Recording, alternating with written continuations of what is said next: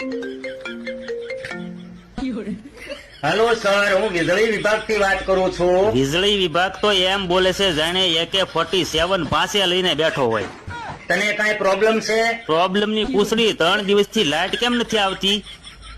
તને ખબર નથી? 3 દિવસથી વરસાદ વરસે છે, વિદ્યુત બોર્ડમાં પાણી ભરાઈ ગયું છે.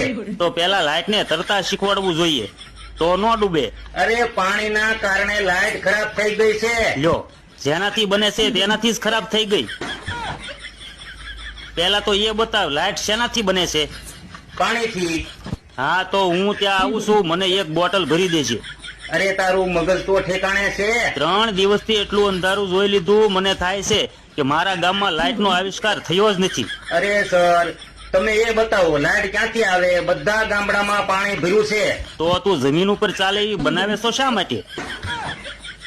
અરે મારા ભાઈ, મને માફ કરી દે, હું ખુદ તારા ઘરે આવીને લાઇટ ચાલુ કરી જાઉં છું. તું એનો હાથ પકડીને લાવજે હો, નહીતર ઈ બીજા ગામમાં ભાગી જશે.